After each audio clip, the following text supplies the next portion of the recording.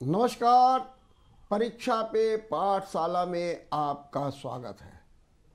हम एक बार फिर अपने उन छात्र छात्राओं के प्रति शुभकामनाएं व्यक्त करते हैं जो अपनी परीक्षा की तैयारी में लगातार अध्ययनरत है और वे मार्गदर्शन भी प्राप्त कर रहे हैं।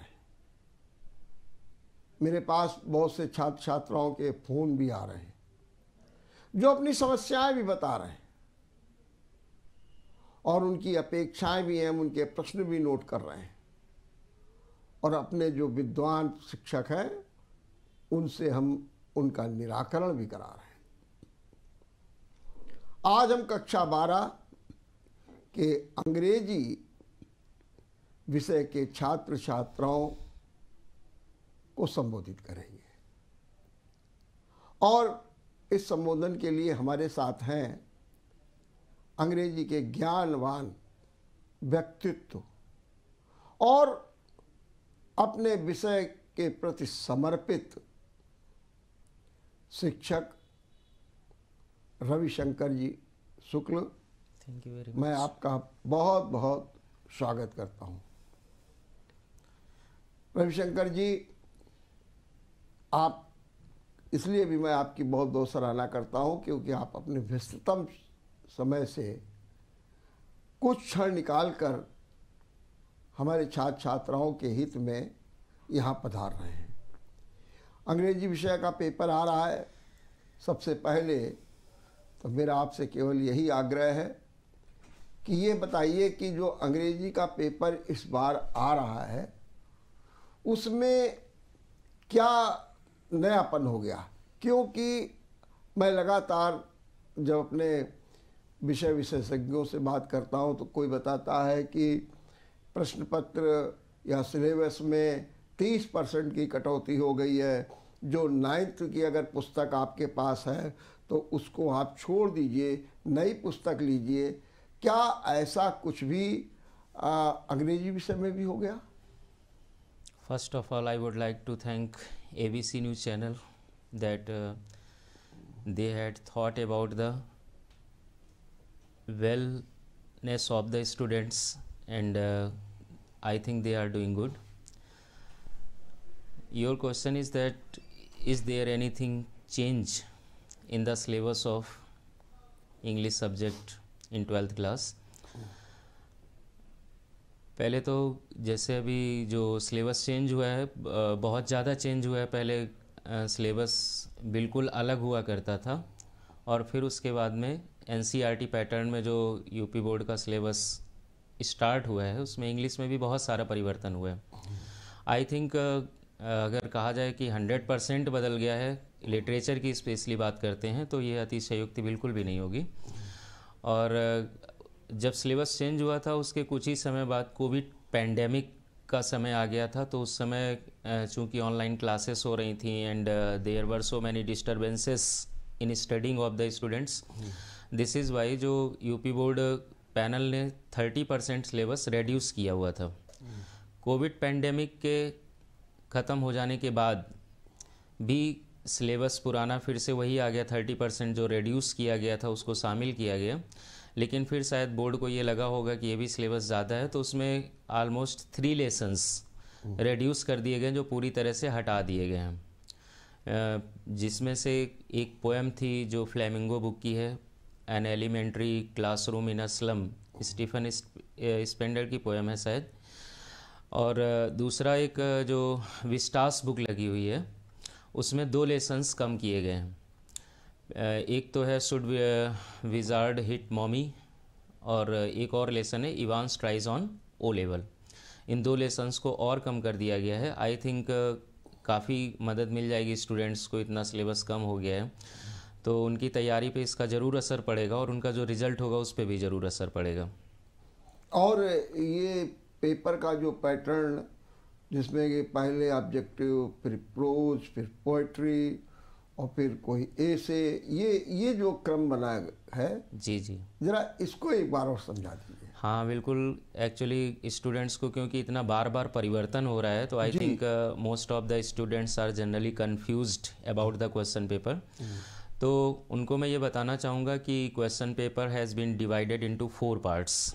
4 पार्ट्स में उसको डिवाइड किया गया है, और जो पहला पार्ट रखा गया है वो रीडिंग सेक्शन का है, जिसमें एक कॉम्प्रिहेंशन पैसेज दिया जाता है। And this question contains 15 marks. 15 marks का क्वेश्चन होता है। And there are 5 questions, 4 questions ऐसे होते हैं जिनका आंसर्स स्टूडेंट्स को पैसेज से लिखना होता है।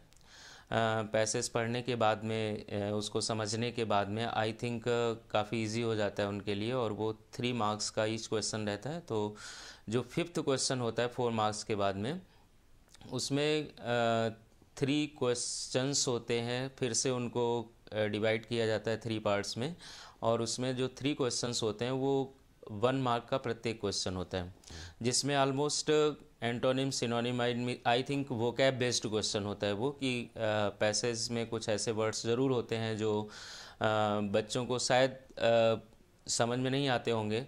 तो उनके आधार पर जब वो समझने की कोशिश करते हैं और समझ लेते हैं, तो उसके बाद में फिर आई थिंक बोर्ड ये जानना चाहता होगा कि बच्चों का वोकैब स्ट्रेंथ कितना है।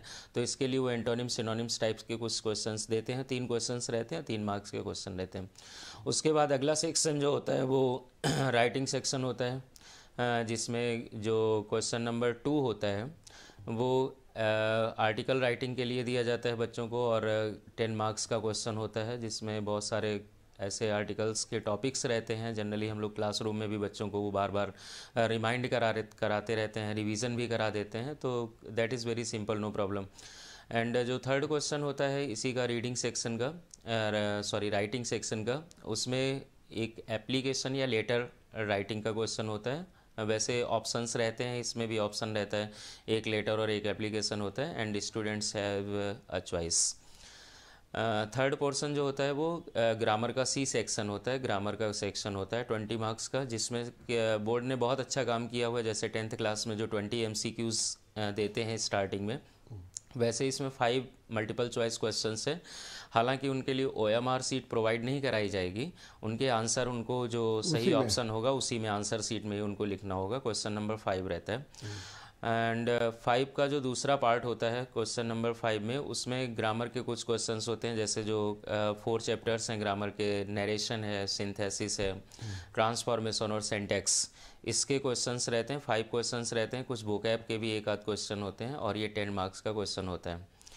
उसके बाद फिर लिटरेचर पोर्शन होता है, वो 40 मार्क्स का होता है, जिसमें फ्लेमिंगो बुक का सबसे पहला जो क्वेश्चन होता है वो शॉर्ट आंसर टाइप के क्वेश्चंस होते हैं, जिनमें ऑप्शन रहता है there are 4 questions and students have to write only 2 answers, and each answer carries 4 marks.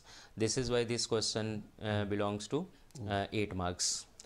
अगला क्वेश्चन जो होता है वो भी उसी का होता है, बट ये लॉन्ग आंसर टाइप क्वेश्चंस होता है, और इसमें थोड़ा लेंदी आंसर होता है, और आई थिंक काफ़ी स्कोरिंग क्वेश्चन होता है, क्योंकि बच्चे थोड़ा सा भी पढ़ लेते हैं तो आई थिंक लॉन्ग आंसर लिखना उनको पसंद होता है अगर थोड़ा पैटर्न समझ जाते हैं, और ये 7 मार्क्स का क्वेश्चन होता है।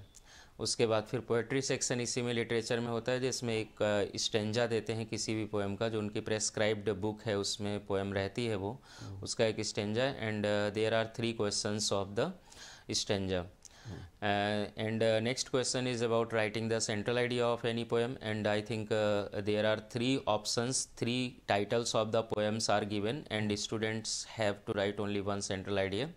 And next question supplementary book है विस्टास, उसके शॉर्ट आंसर्स के लिए क्वेश्चन होता है, और फिर लॉन्ग आंसर का क्वेश्चन होता है। शॉर्ट आंसर 4 में से 2 लिखना होता है, तो वो 4 मार्क्स के 2 क्वेश्चन होते हैं, और लॉन्ग आंसर लास्ट जो होता है क्वेश्चन नंबर 12 वो 7 मार्क्स का होता है। इस तरह से पूरा पेपर का डिवीजन होता है। तो लेकिन ये पेपर तो 100 नंबर का होता है? जी जी, 100 मार्क्स का होता है। अच्छा, इसमें प्री पोल जो आप लोग 30 हाई स्कूल में होता है 30 नंबर्स का, जी जो जी 3 पेपर आप लोग करते हैं प्री पोल पेपर, और वो उसमें जुड़ जाते हैं, और जो पेपर आता है वो 70 नंबर का आता है। लेकिन ये सुविधा इंटरमीडिएट में नहीं है। इंटरमीडिएट में नहीं है। इंटरमीडिएट में उनको 100 मार्क्स का ही क्वेश्चन पेपर होगा, और 100 मार्क्स का उनको एट द टाइम पूरा ही सॉल्व करना पड़ता है। जी जी।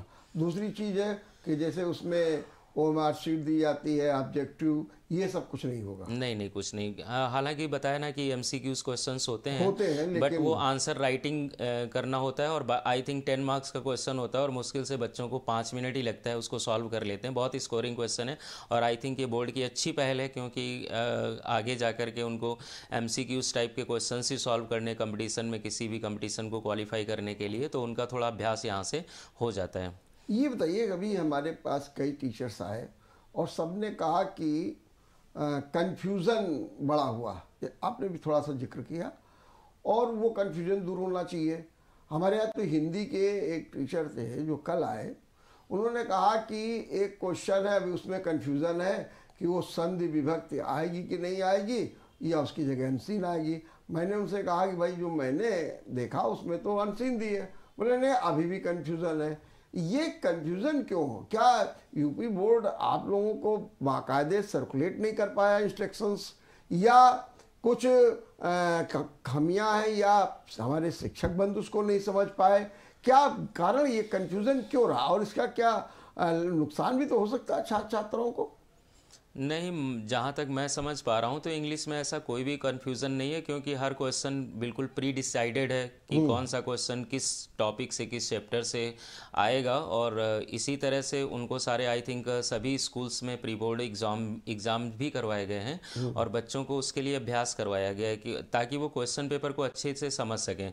देखिए, अगर क्वेश्चन पेपर बच्चों के समझ में आ जाता है ना, उनका पैटर्न अगर क्वेश्चन पेपर का समझ में आ जाता है, तो आई थिंक उनका तनाव थोड़ा सा पहले कम हो जाता है। और इंग्लिश में ऐसा कोई भी कन्फ्यूज़न इस बात का बिल्कुल भी नहीं है कि कौन से क्वेश्चन में क्या आएगा, क्योंकि सारा, जैसे आपको अभी एमसीक्यूज़ की बात कर रहे थे, तो एमसीक्यूज़ में 3 क्वेश्चन ऐसे होते हैं जो वोकैब के होते हैं, और हालांकि एंटोनिम्स, सिनोनिम्स या वोकैब पार्ट जो है, वन वर्ड सब्स्टिट्यूशन है, ईडियम्स है, और होमोफोन्स हैं, इनके क्वेश्चन भी उसमें रहते हैं, और सारे चैप्टर में है। और ये पता ही है कि एक क्वेश्चन वन वर्ड सब्स्टिट्यूशन का आना ही आना है, श्योर है, एक क्वेश्चन सिंटैक्स का आना ही है, और एक क्वेश्चन सिंथेसिस का आना ही है, नरेशन भी आना है। तो आई थिंक कन्फ्यूज़न बिल्कुल भी नहीं है, और जो भी लिटरेचर में है वो भी सारा प्री डिसाइडेड है कि किस क्वेश्चन में कौन सा पार्ट या कौन से बुक से क्वेश्चंस पूछे जाएंगे। तो आई थिंक स्टूडेंट्स को पता है निश्चित रूप से। पहले ये था कि कहा जाता था एक्सप्लेन और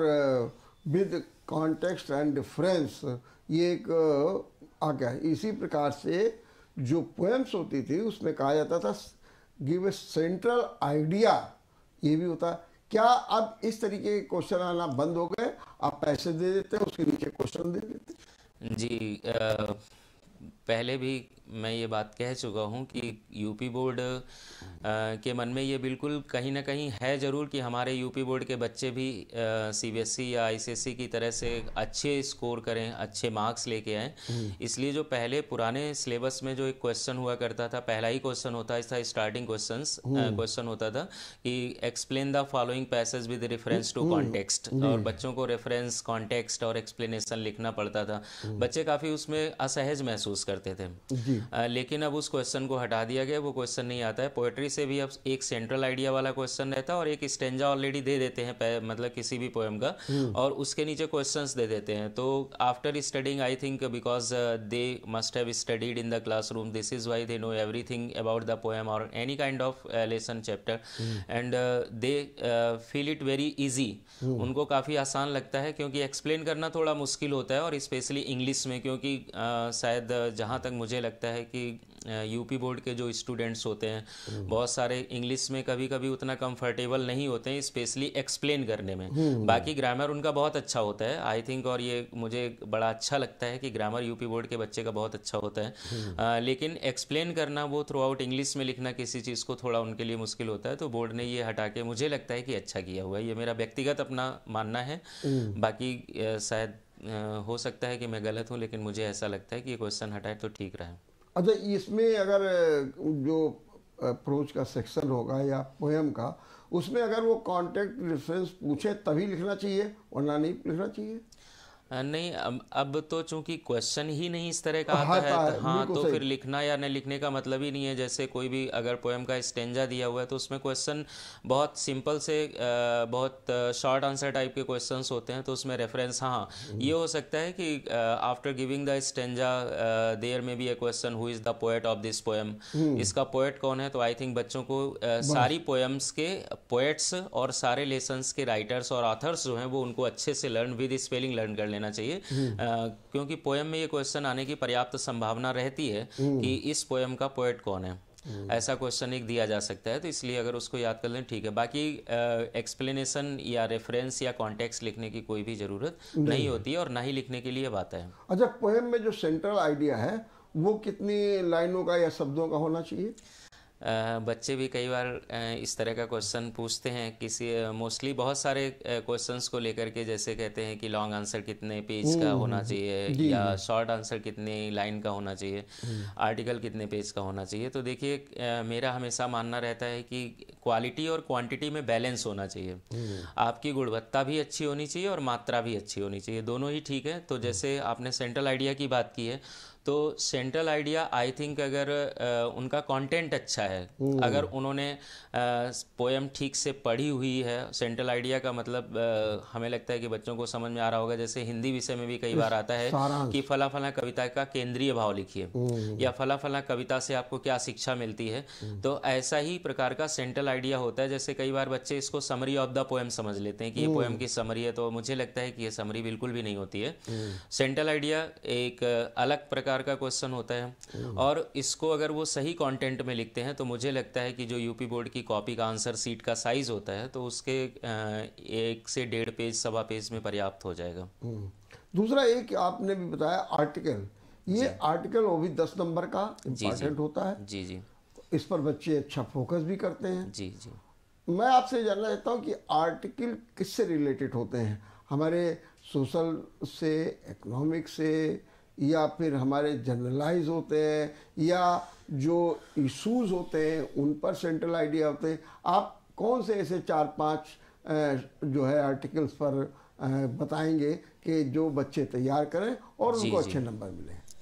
एक तो अगर हम आर्टिकल्स, इम्पॉर्टेंट आर्टिकल्स की बात करें, तो सबसे पहले जो मुझे लगता है कि जो करंट इश्यूज़ रहते हैं वो इम्पॉर्टेंट रहते हैं। जैसे अभी हाल ही के वर्षों में देखा गया है कि जो अपनी नेशनल एजुकेशन पॉलिसी है उस पर आर्टिकल्स लिखने के लिए कई बार आया हुआ है, कई बार दिया गया है। उस समय जब कोरोना वायरस का टाइम था, तो उस समय कोविड पैंडेमिक पर बहुत बार आर्टिकल दिए गए। तो इससे हम लोग ये समझ सकते हैं कि चूँकि हर बार ऐसा रिपीट होता है, तो हम लोग समझ सकते हैं कि जो करंट इश्यूज़ होते हैं उन पर आर्टिकल्स जनरली दिया जाता है। तो बच्चों को ये थोड़ा ध्यान देना चाहिए कि कौन सा विषय इस समय ज़्यादा चर्चा में है, तो उस पर वो आर्टिकल तैयार कर लें। उसके बारे में थोड़ा न्यूज़पेपर के माध्यम से, मैगजीन के माध्यम से थोड़ा स्टडी कर लें।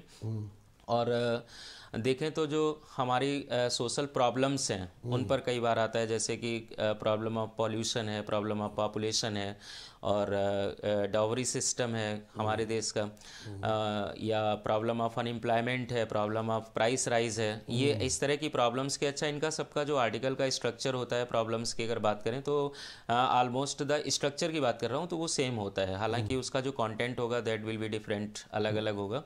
और उसके अलावा अगर हम देखें तो हमारी जो साइंटिफिक इन्वेंशंस हैं, जो साइंटिफिक हम लोग एज ऑफ साइंस में जी रहे हैं, उसके लिए जैसे uses and abuses of mobile phones या uses and abuses of television, इसके बारे में आर्टिकल्स दिए जाते हैं। तो ऐसे 6, 7, 8, 10 टॉपिक हैं जो बहुत ज़्यादा इंपॉर्टेंट हैं और जनरल उस पर काफ़ी बार रिपीटिशन होता है। तो स्टूडेंट्स को थोड़ा सा अगर अनसॉल्व्ड के माध्यम से, लास्ट ईयर के, प्रीवियस ईयर्स के अगर क्वेश्चन पेपर्स के माध्यम से देखेंगे तो उनको ईजिली समझ में आ जाएगा कि कौन से इंपॉर्टेंट क्वेश्चंस हैं इसको लेकर। अच्छा, इसमें डिजिटल है, सोशल मीडिया है, इन पर भी आ सकता है आर्टिकल?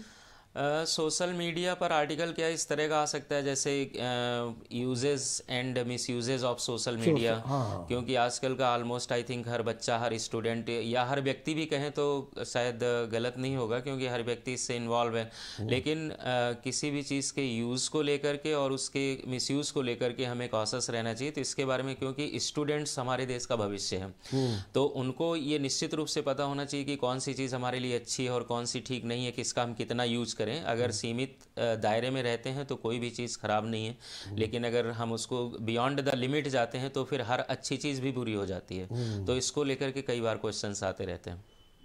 तो ये भी इम्पोर्टेंट है। जी बिल्कुल बिल्कुल। दूसरा एक ये भी है कि क्या आर्टिकल्स लिखने के लिए, आर्टिकल माने एक तरीके से तो होता है लेख, जी जी बिल्कुल। कि आप शुरू से लेकर के अंत तक लिख दीजिए, बीच में कोटेशन दे दीजिए। जी जी यदि आपके पास कोई आंकड़े हैं उनको दे दीजिए, जी, कहीं पर कोई एग्जाम्पल है तो वो उसमें सेट कर दीजिए। माने अपनी बात को सत्यापित करते हुए निष्कर्ष पहुंचिए। जी जी क्या आर्टिकल लिखने का ये तरीका या आर्टिकल लिखने का ये तरीका है कि आप पहले लिखिए इंट्रोडक्शंस के प्रस्तावना, फिर मीनिंग्स, फिर काज, और फिर यूजर्स, और फिर उसके जो डिफ़िकल्टीज है उनके क्या ऐसे पॉइंट्स बना करके लिखना चाहिए कि सीधे तौर पर लिखना चाहिए?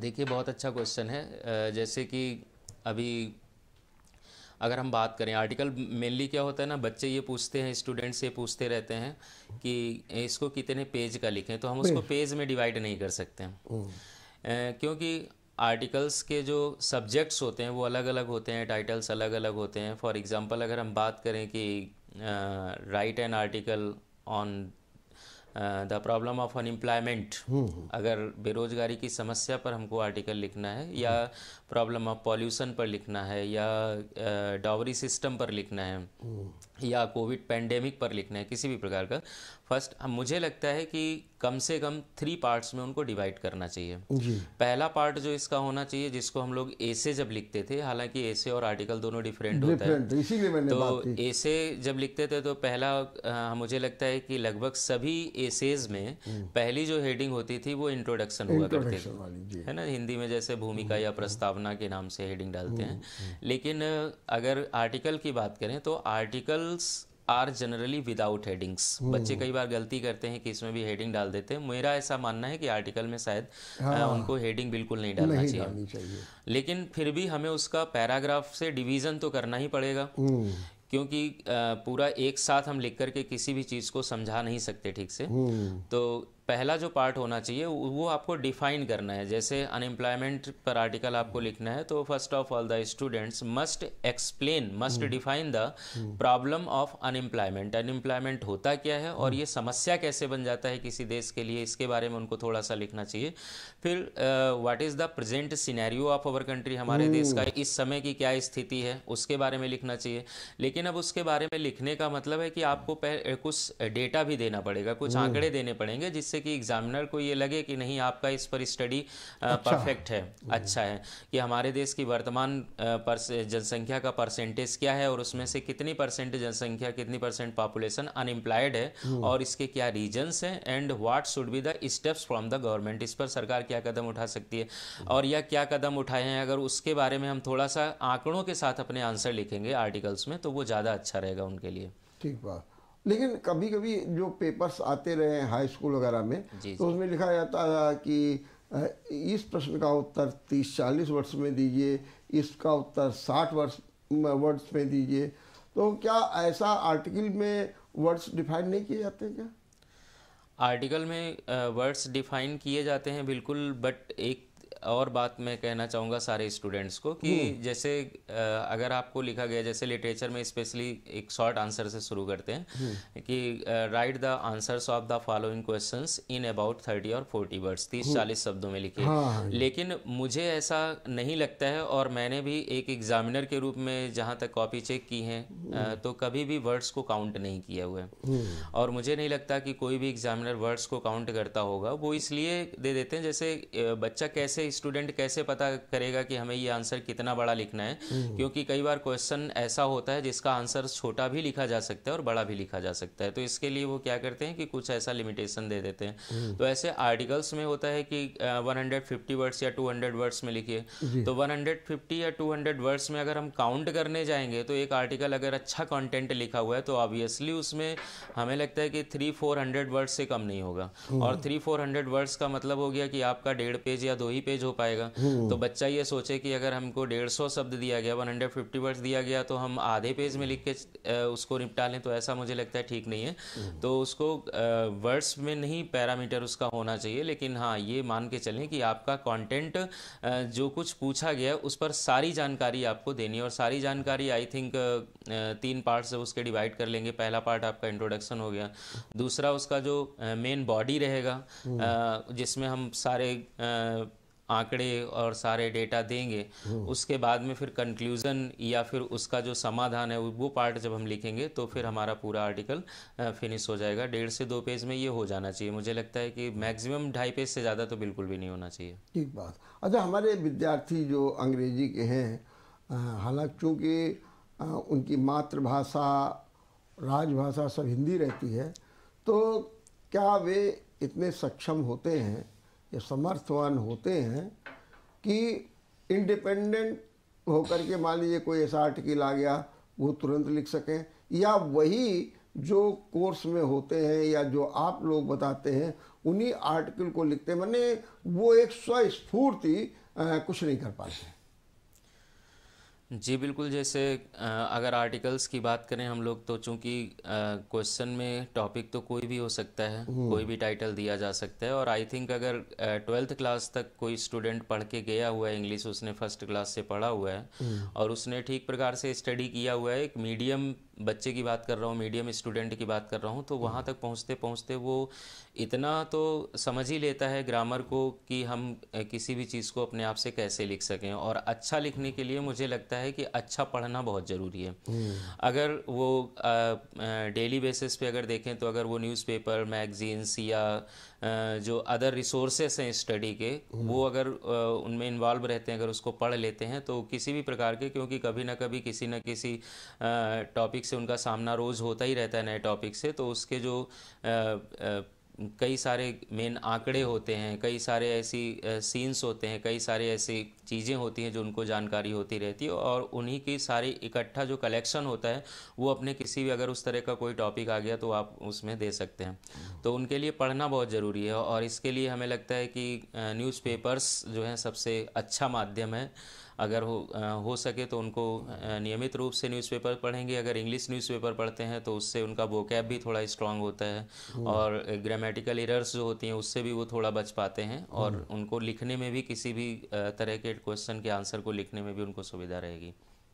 कोई हिंदी का भी कोई ऐसा पोर्शन दिया जाता है जिसको, जैसा कि हाई स्कूल में होता है, उसको अंग्रेजी में ट्रांसलेट करें, ऐसा जी हाँ, 5 मार्क्स का क्वेश्चन आता है जिसमें उनको इंग्लिश में ट्रांसलेशन करना होता है, हिंदी पैसेज दिया रहता है उसको ट्रांसलेट करते हैं। और जनरली मुझे लगता है कि ये जो क्वेश्चन होता है ये उनकी जो क्योंकि इस बोर्ड ने सिलेबस में वोकैब भी प्रेस्क्राइब किया हुआ है, वोकैब भी है उसमें, और ऐसे चैप्टर्स ग्रामर के भी चैप्टर्स हैं जैसे सिंथेसिस है, ट्रांसफॉर्मेशन या नरेशन है। तो अगर उसने ग्रामर्स के ये सारे ग्रामर के सारे चैप्टर्स को अच्छे से स्टडी किया हुआ है तो ट्रांसलेशन में आई थिंक उसे कोई समस्या होने वाली नहीं है, क्योंकि ऐसे सेंटेंसेस रहते हैं जिनका कहीं ना कहीं संबंध हमारे इन्हीं चैप्टर्स से होता है, ऐसे वर्ड्स रहते हैं जिनका रिलेशन हमारे वोकैब से रहता है। तो अगर उसने वोकैब और ग्रामर को अच्छे से स्टडी किया है तो ट्रांसलेशन में बिल्कुल भी समस्या नहीं होती है। नहीं होती। 5 मार्क्स का क्वेश्चन रहता ही है। ठीक बात। दूसरी चीज़, एक बहुत हमारे विद्यार्थी पूछ रहे थे कि स्पेलिंग और जैसा कि ग्रामर और तीसरा सेंटेंस की जो है संरचना, स्ट्रक्चर, इन सब का कितना महत्व होता है? क्या ये विद्यार्थी के मूल्यांकन को प्रभावित करते हैं, या फिर जब देख लिया जाता है कि इनके कंटेंट सही हैं, स्पेलिंग मिस्टेक हो गई कोई बात नहीं है, तो क्या उस आधार पर भी मूल्यांकन किया जाता है? बिल्कुल। मूल्यांकन का आधार स्पेलिंग भी होता है, मूल्यांकन का आधार ग्रामर भी होता है, और उसके साथ साथ में हैंड राइटिंग भी होती है। इन सब पर ध्यान दिया जाता है, एग्जामिनर्स इन सब पर ध्यान देते हैं। बाई मिस्टेक अगर स्पेलिंग आपकी गलत हो रही है, जैसे उदाहरण के लिए आप कोई भी आंसर लिख रहे हैं और उसमें एक बार आपने स्पेलिंग गलत कर दी है तो वो बाई मिस्टेक हो जाता है, किसी से भी हो सकता है। लेकिन उस शब्द को अगर आपने कई बार गलत लिखा हुआ है तो ऑब्वियसली फिर इसकी स्पेलिंग आपको नहीं मालूम है, तो इसका असर फिर बुरा पड़ेगा। हैंड राइटिंग अगर ठीक नहीं है तो इसका भी असर थोड़ा सा पड़ेगा ही। दूसरी बात, अगर ग्रामर के ऐसे रूल्स को आपने फॉलो नहीं किया हुआ है जो आपके सिलेबस में है, जो आपके ग्रामर सेक्शन में आपके लिए प्रेस्क्राइब किया गया, आपने पढ़ा हुआ है, तो इसका मतलब फिर एग्जामिनर को ये पता चल जाएगा निश्चित रूप से कि आपने ग्रामर का स्टडी भी ठीक से नहीं किया हुआ है। तो उसका असर फिर निश्चित रूप से जो हमारे आर्टिकल वाले क्वेश्चन है या लॉन्ग आंसर वाला क्वेश्चन है उस पर असर पड़ेगा। ऐसे बच्चे कई बार क्या होता है ना कि वो मान लेते हैं कि हमने 2 पेज लिखा हुआ है तो 7 मार्क्स का है, हमको 6 मार्क्स या 5 मार्क्स मिल ही जाएगा। ऐसा बिल्कुल भी नहीं होता है। आपके उस कई पहलू पर उस क्वेश्चन को परखा जाता है, देखा जाता है, फिर उसके बाद में उसकी मार्किंग होती है। तो इसलिए हमें लगता है कि ग्रामर का भी स्टडी उनका ठीक होना चाहिए, ग्रामेटिकल एरर्स ना हो तो अच्छा है, बहुत कम से कम हो, और स्पेलिंग मिस्टेक्स भी ना हो जाए। 12th क्लास का स्टूडेंट स्पेलिंग्स के बारे में इतना अवेयर हो जाता है कि अगर वो थोड़ा सा भी जागरूक है तो स्पेलिंग मिस्टेक्स उससे नहीं होनी चाहिए। क्योंकि छोटे बच्चों को हम लोग स्पेलिंग लर्न करवाते हैं, बड़ा बच्चा होता है तो वो स्पेलिंग ऑटोमेटिकली, अच्छा 10th क्लास पास करके आए होते हैं तो 10th में तो स्पेलिंग के लिए एक अलग से चैप्टर या भी है रखा गया है सिलेबस में, और उसके क्वेश्चन भी आते हैं एग्जाम में स्पेलिंग को लेकर के, ताकि बच्चे इनको तैयार करें। तो ये मजबूती हो जाती है। जी बिल्कुल। दूसरा एक और भी, अभी आपने चर्चा की राइटिंग, और राइटिंग पर भी आप नंबर देते हैं। राइटिंग एक ऐसी कला है कि अगर जिस व्यक्ति की कला राइटिंग की श्रेष्ठ हो जाए, मुखर हो जाए, चुटीली हो जाए, तो वो बहुत रोचक होती है और नंबर भी अच्छे दिला देती है। लेकिन कभी कभी अनफॉर्चुनेट ऐसा भी होता है कि राइटिंग अच्छी बच्चों की नहीं होती है। तो जो बच्चों की राइटिंग अच्छी नहीं होती है तो फिर वो कैसे अपने जो है पेपर को ऐसे हल करें जिससे कि उनकी राइटिंग सुधर जाए, मतलब ना एवरेज तो हो ही जाए, ताकि जो परीक्षक है उनके लिए आई कैचिंग हो जाए, उनको उलझन ना हो कि अरे क्या लिखा, बड़ा गंदा संदा लिख डाला। तो ऐसा भी ना हो। तो क्या करना चाहिए बच्चों को राइटिंग के लिए? देखिए, जहाँ तक मुझे लगता है कि किसी भी व्यक्ति के लिए राइटिंग की जहाँ तक बात है तो राइटिंग उसका प्राइमरी लेवल में ही जैसा भी होना होता है हो जाता है जी। उसके बाद अगर जूनियर लेवल में जाकर के क्लास 6, 7, 8 में अगर थोड़ा प्रयास करे तो शायद थोड़ा बहुत परिवर्तन संभव है, लेकिन बहुत रेयरली ऐसा होगा कि 12th क्लास में जाने के बाद वो अपनी राइटिंग में परिवर्तन कर सके। परिवर्तन तो लगभग असंभव तो नहीं कह सकते हैं, लेकिन बहुत मुश्किल है। परिवर्तन तो शायद नहीं हो पाएगा। हाँ, क्योंकि वो इतना हैबिचुअल हो चुका होता है, इतना अभ्यस्त हो चुका होता है कि राइटिंग उसकी जैसी है उसी तरह से रहेगी। लेकिन फिर भी अच्छे मार्क्स कैसे गेन किए जाएं, अच्छा स्कोर कैसे एग्जाम में किया जाए, इसके लिए थोड़ा सा प्रयास अगर वो करता है, थोड़ी कुछ ऐसी बातें हैं जिसका वो अनुसरण करता है, तो फिर वो अच्छे मार्क्स ला सकता है। इसके लिए जैसे मैं ये कहना चाहूँगा सारे बच्चों से कि देखिए, एग्जामिनर जब आपकी कॉपी उठा के खोलेगा तो वो भले ही एक कॉपी के रूप में हो, लेकिन मुझे लगता है कि वो एक स्टूडेंट का विजिटिंग कार्ड होता है। क्योंकि एग्जामिनर आपको जानता नहीं है, बिल्कुल भी नहीं जानता है कि ये किसकी कॉपी है, किसकी आंसर सीट है ये, और मुझे लगता है कि वो जानना भी नहीं चाहता है, जानने में उसका बिल्कुल भी इंटरेस्ट नहीं है।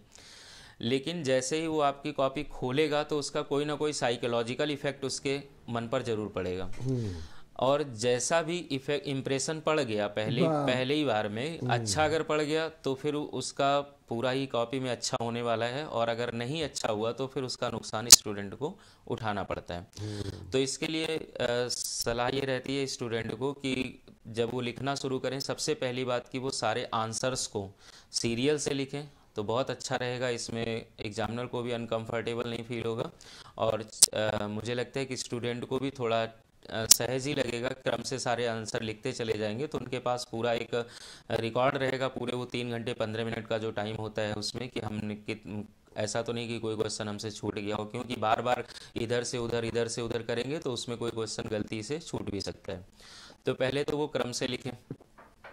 और दूसरी बात ये कि किसी भी प्रकार से वो, जैसे राइटिंग अगर आपकी अच्छी नहीं है तो कोई बात नहीं, लेकिन कम से कम पढ़ने में आना चाहिए। अगर एग्जामिनर महोदय उसको पढ़ लेते हैं तो आई थिंक उसका फिर कोई नुकसान राइटिंग के बेसिस पे तो नहीं होने वाला है। सारे आंसर क्रम से लिखें और प्रयास ये करें, पहले से शायद हमें लगता है कि बच्चों को ये क्लास में बताया गया होगा सब्जेक्ट टीचर्स के द्वारा कि लेफ्ट साइड में उसका एक मार्जिन लाइन या हाशिया जो होता है उसको बना लें, और उसके बाद में क्वेश्चन नंबर बीच में एक बार डाल दें। बार बार क्वेश्चन नंबर, जैसे क्वेश्चन नंबर 1 जो रीडिंग सेक्शन का आता है उसमें क्वेश्चन नंबर 1 होता है और फिर उसमें ABCD पार्ट होते हैं, तो बार बार ऐसे मतलब 1A या 1B 1C ऐसे नहीं डालना चाहिए उनको। क्वेश्चन नंबर 1 डाल दिया और क्वेश्चन नंबर 1 के बाद में फिर उनको लेफ्ट साइड में मार्जिन लाइन के बगल में पास में A डाल करके आंसर उसका लिख दें, फिर उसके नीचे एक लाइन छोड़ करके B का आंसर लिख दें, B डाल करके फिर C का, ऐसे बार बार क्वेश्चन नंबर 1 डालने की ज़रूरत नहीं है। ऐसे ही ये सेक्शन पूरा होने के बाद में फिर आगे जो राइटिंग सेक्शन है जिसमें कि उनको आर्टिकल और लेटर लिखना है, तो उसमें भी कोशिश करें कि लेटर का जो फॉर्मेट होता है, फॉर्मल और इनफॉर्मल लेटर्स का, उसको अच्छे से समझ लें और उसी फॉर्मेट को फॉलो करते हुए लिखें। कोशिश करें कि ओवर राइटिंग बिल्कुल भी ना हो। अगर साफ सुथरा लिखेंगे तो कोई बात नहीं है, जैसे मान लीजिए कई बार ये होता है कि कई बार हम लोगों को पुराने कपड़े पहनने पड़ जाते हैं, लेकिन पुराने हैं तो ठीक है, कोई बात नहीं, उसमें कोई बुराई नहीं है, लेकिन साफ तो होना चाहिए। तो वही बात ये है कि हैंड राइटिंग अगर आपकी अच्छी नहीं है तो लेकिन कम से कम उसमें कॉपी में गंदगी ना फैलाएं, उसको बार बार काट के करेक्शन करना या इधर लिखा उधर लिखा सिस्टम ही नहीं समझ में आता है एग्जामिनर को, तो फिर थोड़ा सा प्रॉब्लम होती है। तो इसलिए साफ सुथरा लिखें, सारे प्रश्नों को क्रम से हल करें और जितना पूछा जाए उतना ही लिखें। ज़बरदस्ती आंसर की लेंथ को बढ़ाने की कोशिश न करें, शॉर्ट आंसर को शॉर्ट आंसर जैसा ही रहने दें। ऐसा बिल्कुल भी ना करें कि शॉर्ट आंसर थोड़ा आसान लगा तो उसको हमने ज़्यादा लिख दिया, और लॉन्ग आंसर है बिल्कुल हमको नहीं समझ में आ रहा है तो हमने उसको थोड़ा सा लिख दिया, तो इसका गलत असर पड़ता है। लेकिन मतलब ये भी हमारे एक अध्यापक जी बता रहे थे छात्रों से कि यदि आपकी राइटिंग खराब है तो आप वर्ड्स को थोड़ा सा दूर दूर लिखिए, और जैसा कि आपने तो एक बहुत अच्छा बताया कि सफाई होनी चाहिए। अगर आपने कोई गलत कर दिया है तो उस पर एक लाइन चढ़ा दीजिए, मैंने कट गया। अब उसको मार खींचना और ये करना, ये करते ओवर राइटिंग मत कीजिए। तो ये तो सिद्धांत बताया, लेकिन उनका कहना है कि अगर आपकी राइटिंग खराब है तो थोड़ा सा दूर दूर वर्ड्स लिखिए, तो उससे जो है आई कैचिंग हो जाएगा। और उन्होंने तो ये भी कहा कि 2 अक्षरों के बीच में 1 अंगुल का अगर आप स्पेस दे देते हैं तो काम चल जाएगा। क्या इस बारे में आपकी क्या राय है? देखिए, 1 अंगुल का जो पैरामीटर जैसे बताया गया है तो मुझे ठीक नहीं लगता है, इसलिए नहीं लगता है क्योंकि अंगुल की बात अगर करें तो अंगुल का पैमाना तो हर व्यक्ति का अलग अलग होगा। कोई दुबला पतला बच्चा है तो उसकी 1 अंगुल की डिस्टेंस तो बहुत कम होगी, और हेल्दी बच्चा है तो उसकी तो डिस्टेंस बहुत ज़्यादा होगी। और एक शब्द से शब्द की दूरी कितनी रहनी चाहिए, इसके लिए मतलब मुझे लगता है कि कोई ना कोई नियम तो ज़रूर बना होगा, और वो नियम जहाँ तक मैंने समझा है, मैंने जाना है, तो ये लगता है कि आप अगर एक शब्द से दूसरे शब्द को लगभग 1 सेंटीमीटर की दूरी पर लिखते हैं तो वो आपका पर्याप्त रहेगा। और अगर आप इससे बढ़ाएंगे, आपको लगे कि नहीं हमें पेज मेरा भर जाए किसी तरह से जल्दी, तो एग्जामिनर तो मुझे लगता है कि इतना समझदार होता है, वो समझ जाएगा कि ये बच्चे ने किस लिए ऐसा किया। कई बार बच्चे क्या करते हैं ना कि इधर भी हाशिया बना देते हैं और इधर भी हाशिया बना देते हैं, दोनों तरफ हाशिया बना देते हैं, और फिर बीच में वो लिखते हैं, तो जो 2 मतलब 1 पेज में आना चाहिए वो 2 पेज में आ जाता है। तो एग्जामिनर ये समझ जाते हैं कि अच्छा इसमें गहराई नहीं है, ये जो है किसी तरह से पेज भर करके काम अपना करना चाहते हैं। तो इस तरह से पेज भरने का प्रयास ना करें। जो रूल्स हैं उसको फॉलो करना चाहिए। जैसे मार्जिन लाइन है, जो हाशिया बनाते हैं, तो उसमें बच्चे क्या करते हैं कि कई बार मैंने देखा है कि जो नोटबुक में भी हाशिया होता है तो हाशिया के अंदर प्रश्न नंबर डाल देते हैं या प्रश्न या उत्तर ऐसे लिख देते हैं। मुझे लगता है कि ऐसा उनको बिल्कुल भी नहीं करना चाहिए, क्योंकि वो जो एरिया होता है वो टीचर्स के लिए होता है, वो टीचर्स यूज़ करेंगे, उसमें नोट्स लिखेंगे, रिमार्क लिखेंगे, या परीक्षा पुस्तिकाएं हैं तो उसमें मार्क्स लिखेंगे, तो उसको यूज़ नहीं करना चाहिए। जो नियम है उसको फॉलो करेंगे तो उसका इंप्रेशन अच्छा होगा। ज़बरदस्ती मतलब में गुमराह करना तो एक प्रकार से आंखों में धूल झोंकने वाली बात हो गई, और वो मुझे लगता है कि एग्जामिनर को शायद नहीं झोंक पाएंगे, क्योंकि वो काफ़ी मतलब समझते हैं इस बात को। तो इसलिए जिस रूल को फॉलो करना चाहिए उसी रूल को ना तो बहुत दूर लिखें और ना बहुत पास लिखें। तो इसका अभ्यास कम से कम इतना कर सकते हैं, राइटिंग आपकी जैसी भी हो, मुझे लगता है कि शब्दों के बीच की दूरी जो है, आपके लेटर्स हैं वो एक दूसरे से सटे होने चाहिए। कर्सिव राइटिंग जब लिखते हैं तो जोड़ के ही लिखते हैं इंग्लिश में, लेकिन आपके शब्दों की जो दूरी है वो लगभग 1 सेंटीमीटर की दूरी रहनी चाहिए। ऐसा नहीं है कि कहीं पर 1 सेंटीमीटर है, कहीं पर आधा ही सेंटीमीटर हो गया, कहीं पे 2 सेंटीमीटर हो तो गया, वो तो ऐसा और ना खराब करें, लगेगा, वो खराब वो तो लगेगा। और भी खराब जी जी लगेगा। बिल्कुल। दूसरा मतलब एक और हम आपसे जानना चाहते हैं, जब आप लोग कापियां जांचते हैं तो जब आप कापियां जांचते हैं तो उस समय क्या चैलेंजेस छात्रों की ओर से आपको मिलते हैं, जिसके कारण कभी कभी मूड अपसेट हो जाता है, कभी दिल खुश हो जाता है, कभी ऐसा सामान्यतः विद्यार्थी क्या गलती करता है अब ये जो है प्रश्न पत्र हल करने में? देखिए, जहाँ तक मेरी बात है तो मुझे हाँ, लगता मैं है कि बिल्कुल, आप भी जी जी जानकार जी जी हैं जी, जी जी। जहाँ तक मेरी बात है तो साइकोलॉजिकल इम्प्रेशन जरूर पड़ता है, एग्जाम मुझ पर भी पड़ता है कई बार। जैसे आंसर सीट जब चेक कर रहे होते हैं तो यूपी बोर्ड ने एक तो बहुत अच्छा काम ये किया हुआ है कि पहला क्वेश्चन उन्होंने कॉम्प्रिहेंशन पैसेज का रखा हुआ है, अनसीन पैसेज के नाम से भी, जिसको बच्चे जानते हैं। जी उन प्रश्नों के उत्तर अगर एक बार पढ़ कर के ठीक ढंग से चेक कर लिए तो उससे पूरी गहराई पता चल जाती है बच्चे की, कि बच्चे में कितनी गहराई है, उस सब्जेक्ट का कितना नॉलेज उसको है। तो उसके आधार पर फिर हम देखते हैं आगे कि उसने कैसा लिखा होगा, उससे काफ़ी आइडिया लग जाता है कि बच्चा किस लेवल का है। जी उसी लेवल के आधार पर फिर उसने भी आगे लिखा होगा, क्योंकि अगर उसने पहले क्वेश्चन में ग्रामेटिकल मिस्टेक्स की हैं तो ऑब्वियसली उसके ग्रामर के क्वेश्चंस भी गलत होंगे, और लिटरेचर में भी उसने इस तरह की मिस्टेक्स की होंगी। तो एक तो ये हो गया। दूसरा दूसरा ये हो गया कि अगर बच्चे ने प्रयास किया हुआ है, किसी तरह से उसको टाइम नहीं काटा हुआ है, तो ये अगर हमको पता चल जाता है, लग जाता है कॉपी देख करके, आंसर शीट देख करके, कि बच्चे ने किसी तरह से इसको झेला, जबरदस्ती लिखा हुआ है, मतलब टाइम काटा हुआ है या पेज भरा हुआ है, तो फिर उसको मार्क्स हम लोग नहीं दे सकते हैं। मुझे लगता है कि कोई भी देना नहीं चाहेगा। सही मूल्यांकन तो उसके कंटेंट और उसके प्रयासों पर होना चाहिए कि उसने आंसर लिखने के लिए कैसा प्रयास किया हुआ है। जी अगर ऐसा मूल्यांकन नहीं करते हैं तो फिर वो तो फिर अन्याय हो जाएगा ना अच्छे स्टूडेंट का। मतलब अच्छा स्टूडेंट जिसका कंटेंट अच्छा है, उसने 2 पेज में एक आंसर लिखा हुआ है, और जो खराब लिखा हुआ है उसने 5 पेज लिखा हुआ है, तो हम 5 पेज वाले को ज़्यादा मार्क्स नहीं दे सकते। मैंने सामान्यतः कवियों में यही बातें रहती हैं। जी जी बिल्कुल। और ये प्रश्न पत्र के जो है जो प्रश्न संख्या होती है वो गलत लोग डाल देते हैं कभी कभी। हाँ हाँ, कई बार क्वेश्चन नंबर या तो डालते नहीं, और डाला तो जल्दी में, जल्दबाजी में वो गलत डाल देते हैं, तो मुझे लगता है ऐसा अच्छा, उनको कभी नहीं। कभी ये भी उलझन होती है कि विद्यार्थी ने प्रश्न नंबर 2 का ए पार्ट किया, बी छोड़ दिया, और फिर आगे चलते चले गए, तीसरा किया, चौथा किया, फिर वहां पर डाला कि प्रश्न नंबर 2 का बी पार्ट। कभी कभी ये भी गड़बड़ जी कर जी देता, हाँ, और गड़बड़ खास ये तौर से आपकी स्टूडेंट। केजिंग में तो ये बड़ा हाँ, अगर ऐसी गलतियां बच्चे कर देते हैं कई बार, लेकिन प्रयास हम पूरा करते हैं कि बच्चे ने अगर कोई गलती अनजाने में या जल्दबाजी में कर दी, क्योंकि एग्जामिनेशन हॉल में उसके ऊपर प्रेशर होता है थोड़ा सा, जी किसी भी तरह से स्टूडेंट का कोई नुकसान ना हो। अगर उसने इधर उधर भी किया हुआ है, कई बार तो क्या होता है ना, बच्चे ने क्वेश्चन नंबर नहीं डाला हुआ है और आंसर लिख दिया। शायद बच्चे कई बार ऐसा करते हैं कि हेडिंग हम बाद में डाल देंगे, पेन बार बार चेंज करने में थोड़ा सहज रहते हैं, वो उनका टाइम थोड़ा सा वेस्ट होता है। तो और लेकिन बाद में फिर वो भूल गए। जैसे उसने आंसर ब्लू पेन लिया हुआ है और आंसर याद आ गया, तो उसने ब्लू पेन से आंसर लिख दिया, सोचा कि क्वेश्चन नंबर हम इसका बाद में डाल देंगे, और बाद में वो भूल गया। तो हम लोग जब कॉपी चेक करते हैं तो देखते हैं कि ये किस प्रश्न का उत्तर हो सकता है, आइडिया तो लग ही जाता है। तो फिर हम उसमें केवल इस बात के लिए बच्चे का नुकसान शायद नहीं होने देंगे कि उसने क्वेश्चन नंबर नहीं डाला है, तो हम उसको फिर मार्क कर देते हैं। मार्क। जी एक बात बिल्कुल। और आपसे कहूँगा कि जैसे कि आप लोगों के यहाँ से ये व्यवस्था है कि विद्यार्थियों को आप ट्रेन करते हैं कैसे जो है प्रश्न का हल करें, कैसे करें, कैसे क्वेश्चन नंबर डालने कितनी सफाई से करें, तो आप लोग करते हैं।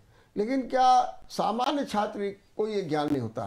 क्या कुछ ऐसी व्यवस्था हमारे शिक्षकों को या विद्यालय स्तर पर होनी चाहिए, चाहे परीक्षा शुरू होने के 2 दिन पहले, 3 दिन पहले, 5 दिन पहले एक जस्ट लाइक वर्कशॉप बच्चों को बताया जाए कि वो कैसे कॉपी लिखें, कैसे क्वेश्चन का हल करें, क्या लिखने की उनकी कला होनी चाहिए, जिससे उनको नंबर अच्छे मिले और इससे अच्छा रहेगा। बिल्कुल, मुझे लगता है कि देखिए, from the beginning of the session उन्होंने पढ़ाई स्टार्ट की होती है, और हर बच्चा मुझे लगता है कि अपने स्तर से प्रयास ज़रूर करता है पढ़ने के लिए। मैक्सिमम वो ज़्यादा से ज़्यादा पढ़ना ही चाहता है। उसने जैसा भी जितना भी पढ़ लिया, अब एग्ज़ाम स्टार्ट होने में अगर केवल 2 दिन बचा हुआ है तो 2 दिन में वो मुझे लगता है कि क्या पढ़ लेगा, कुछ नहीं भी नहीं, नहीं आप पढ़ रहा। प्रिपरेशन जब हो हाँ रही हो तब हाँ हाँ, हाँ, तो उसमें भी प्रिपरेशन करने के लिए क्या होता है कि जो उसने थ्रू आउट द सेशन पढ़ा हुआ है जी उसको वो रिवाइज कर सकता है। तक लेकिन मुझे लगता है कि जो भी उनके ट्रेनर हो या जो भी उनके टीचर्स हों, उनको ये केवल ये बताना चाहिए इस समय जो बहुत कम समय बचा हुआ है जी कि क्वेश्चन पेपर को वो कैसे सॉल्व करें, और कुछ ऐसा क्या टेक्निक है, क्या ट्रिक्स हैं या क्या टिप्स हैं जिसकी वजह से वो अच्छा स्कोर कर सकते हैं, उनका प्रेजेंटेशन अच्छा हो, उनका प्रस्तुतिकरण अच्छा होना चाहिए। ठीक बात। क्योंकि अभी इतना कम समय बचा हुआ है तो उसमें नया कुछ लर्न करने में बच्चे को 5 सब्जेक्ट दिक्कत पढ़ना है, होगी, हम लोगों को केवल 1 सब्जेक्ट पढ़ाना होता है, तो हम लोग अपने लेवल से देखते हैं और बच्चा अपने लेवल से देखेगा। उसको 5 सब्जेक्ट की तैयारी करनी है, और हम लोग तो केवल 1 सब्जेक्ट के लिए मान लीजिए दे दिया कि चलो तुम ये अनसॉल्व से एक सेट ये सॉल्व कर लो, ये रोज एक सेट सॉल्व करो, लेकिन रोज एक सेट सॉल्व नहीं कर सकता है ना, वो तो 3 घंटे का होता है, 3 घंटे 15 मिनट का होता है, और सारे सब्जेक्ट में अगर उसको यही दे दिया जाए कि रोज एक सेट तुम सॉल्व करो तो उसका तो ये 15 घंटे का टाइम हो गया, और 15 घंटे लगातार लिखना मुझे लगता है कि किसी भी के लिए मुश्किल काम है, तो बच्चा तो नहीं लिख पाएगा। लेकिन हाँ, कुछ चीजें ऐसी हैं जिसके लिए मैंने अभी बताया था कि आपने जो भी पढ़ लिया हुआ है उसको केवल रिवाइज कर लो। आप ये बिल्कुल प्रेशर मत लो, जैसे कि अभी परीक्षा पे चर्चा में हमारे माननीय प्रधानमंत्री जी ने भी ये कहा था कि तनाव आपको बिल्कुल भी नहीं लेना है, और हमारे यहाँ भगवत गीता में भी ये लिखा हुआ है कि कर्मण्येवाधिकारस्ते मा फलेषु कदाचन, है ना। तो जो आपने कर्म किया हुआ है अभी तक उस पर थोड़ा और जितना, जैसे आप देखते हैं कि कोई एक बिल्डिंग बनी होती है तो इस बिल्डिंग में ठीक है हम लोग पिलर बना के छत डाल देते हैं, हम उसकी नींव सबसे पहले बनाते हैं, छत डाल देते हैं, छत के बाद में दीवारें खड़ी कर देते हैं, इसमें बहुत कम समय लगता है। सबसे ज्यादा समय जो लगता है वो उसकी फिनिशिंग में लगता है, और फिनिशिंग जितनी अच्छी होगी वो, क्योंकि हमारा जो दिखेगा वो फिनिशिंग से दिखेगा, अंदर हमने उसको कैसा बनाया हुआ है, कितनी मजबूत है कितनी नहीं मजबूत है, ये बाद में पता चलेगा, वो बात ठीक है, लेकिन फिनिशिंग दूर से जो सब पहला इंप्रेशन होता है वो उसकी फिनिशिंग का होता है, उसके डेकोरेशन का होता है। तो मुझे लगता है कि अब जो समय भी स्टूडेंट के लिए बचा हुआ है वो केवल बिल्डिंग उनकी बन चुकी है पहले से, अब केवल वो उसको डेकोरेट कैसे कर सकते हैं, कैसे उसको फिनिश कर सकते हैं, कैसे उसका पूरा आप स्ट्रक्चर मतलब कहाँ पे क्या चीज़ हमको कैसे रखनी है, ये निर्धारित अगर कर लेते हैं तो आपका वो सब अच्छा हो जाएगा। बाकी अब नया कुछ करने के लिए मुझे लगता है समय नहीं बचा हुआ। बहुत बहुत धन्यवाद भाट साहब, आपने बहुत अच्छे ढंग से, आप कुछ नया करने को नहीं है, आप परीक्षा की तैयारी कर रहे हैं, आप सोचते हैं नया पाठ खरीदते हैं, बिल्कुल भी तनाव नहीं लेना, पढ़ ले, नए मास्टर साहब को रख ले, नहीं, जितना आपने पढ़ा है उसको रिवाइज करिए, उसको देखते रहिए, उसमें कितना अच्छा से अच्छा कर सकते हैं, स्पेलिंग मिस्टेक ना हो, जो है वाक्य संरचना माने सेंटेंस की स्ट्रक्चर में गड़बड़ी ना हो, ये सब बातों पर ध्यान रखिए, राइटिंग ठीक कर लीजिए, अच्छे नंबर पा लेंगे। बहुत बहुत धन्यवाद मार साहब आपको, एक बार फिर देखते रहिए ABC। नमस्कार, धन्यवाद। All the best all the students.